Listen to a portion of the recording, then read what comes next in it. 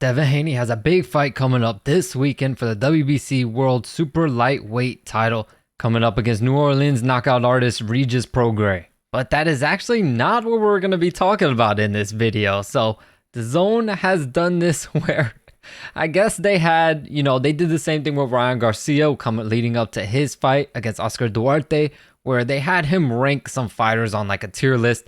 Well, they did the same for Devin Haney, and people are going absolutely crazy over this tier list. So I'll pull it up right now for you. In the retire section, you can see they got Dylan Dennis, and that looks like Luke Campbell. In the no one in the okay section. In the good section, they got Ryan Garcia, Shakur Stevenson, Anthony Joshua, and Regis Prograis. In the all-time section, they got Gervonta Davis, Vasily Lomachenko, Triple G, and himself, Devin Haney. And in the GOAT, they got Jake Paul. Jake Paul, Alexander Usyk, Tyson Fury, Amanda Serrano, Katie Taylor, Canelo Alvarez. So it looks to me like they probably asked him about a lot of fighters that pertain to him. So like, the Shakur, Gervonta, Lomachenko, and then they asked him about all the other fighters who also fight on the Zone. But why the hell they asked him about Dylan Dennis, I don't know. And why the hell they asked him about Jake Paul, and he put Jake Paul under the GOAT category, which of course people are going to be going absolutely crazy about. So I want to read these comments because they are funny as hell. But it's clearly a joke, you guys. Come on, this is clearly a freaking joke. I don't know why people take, these things so damn seriously.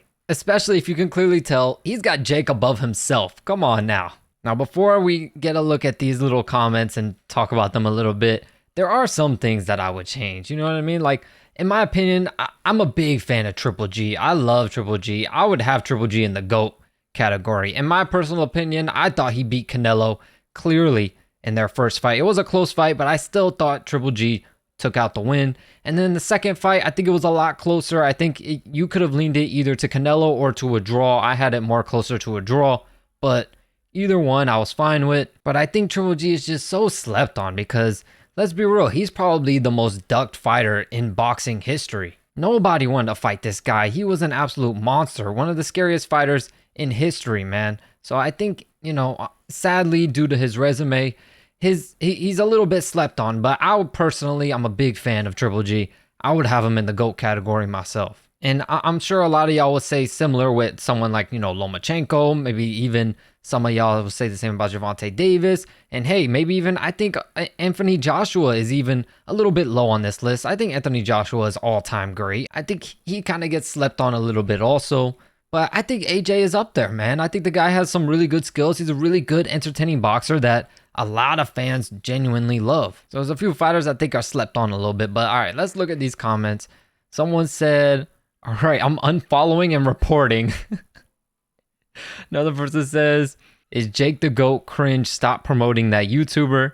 Another person says, Jake Paul over Tank, Triple G, Haney, and Plant is crazy. They didn't even ask him about Caleb Plant. Why did he mention Plant? Is he talking about, bruh?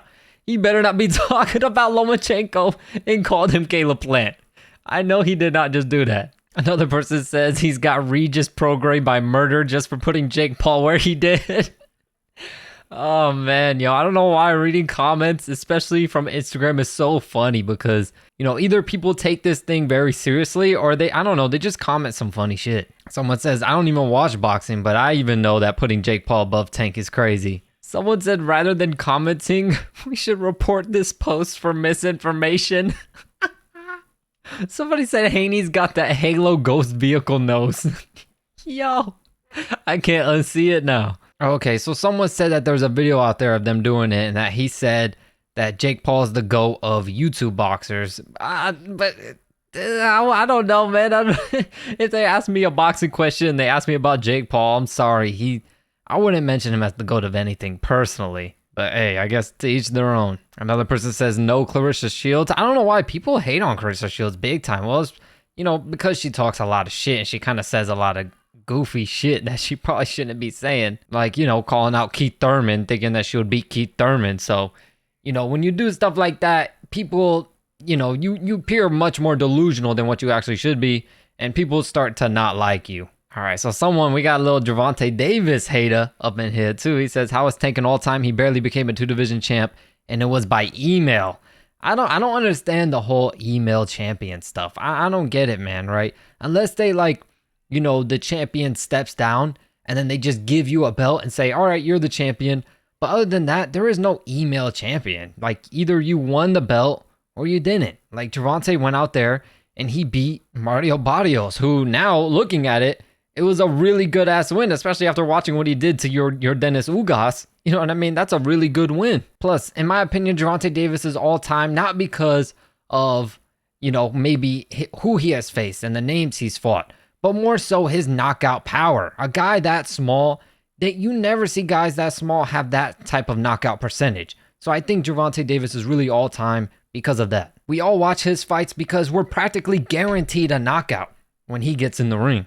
And that's what we all like to see. We all want to see knockouts. Someone said, why is Tyson even on the GOAT level? Didn't he get knocked out by a motherfucker who don't even box? He did get dropped. He ain't get knocked out though. But it was an embarrassing fight for Tyson Fury. It seems as though a lot of people are fed up with the zone. They know they capping though. They're all saying they're gonna unfollow the zone or they're blocking the zone. They know they capping. They just saying that. Damn, that just hit me. Someone said we went from HBO to this. Damn, now thinking about it, that does hurt a little bit. That does. That stings.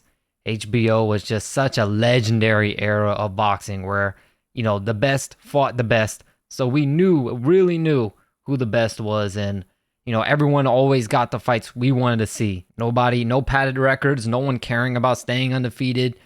Fighters just wanting to be the best in the world and putting on the best fights possible for the fans. And, even though even if a fighter loses, he still gets his props, his respect. Whereas now, the second you lose, everyone just turns on you. All right, y'all, I want to see your thoughts. Clearly, it's a joke, man. This has got to be a joke, though. I wonder, do y'all think that this is like an embarrassment for boxing? I know a lot of people feel as though, even just having YouTube boxing around is an embarrassment for boxing. But I don't necessarily agree with that. You know what I mean? I think that as long as they stay in their own lane, boxing just stays in their own lane, it should be fine because, they bring a lot of eyes and attention to the sport. So I think it's overall a much more of a good thing. But I think this is where they get a little bit out of hand, making a GOAT list and, even putting on wherever he would have put, even if he would have put Jake Paul and retire, just putting them in the same realm as, some of the best fighters in the world today. I think it is kind of a little bit disrespectful. And I think it is a kind of a bad thing for DAZN. I understand their marketing team possibly wants as much engagement and interaction as possible. They want people commenting, saying stuff, talking all this crap. They don't really care if it's good or bad.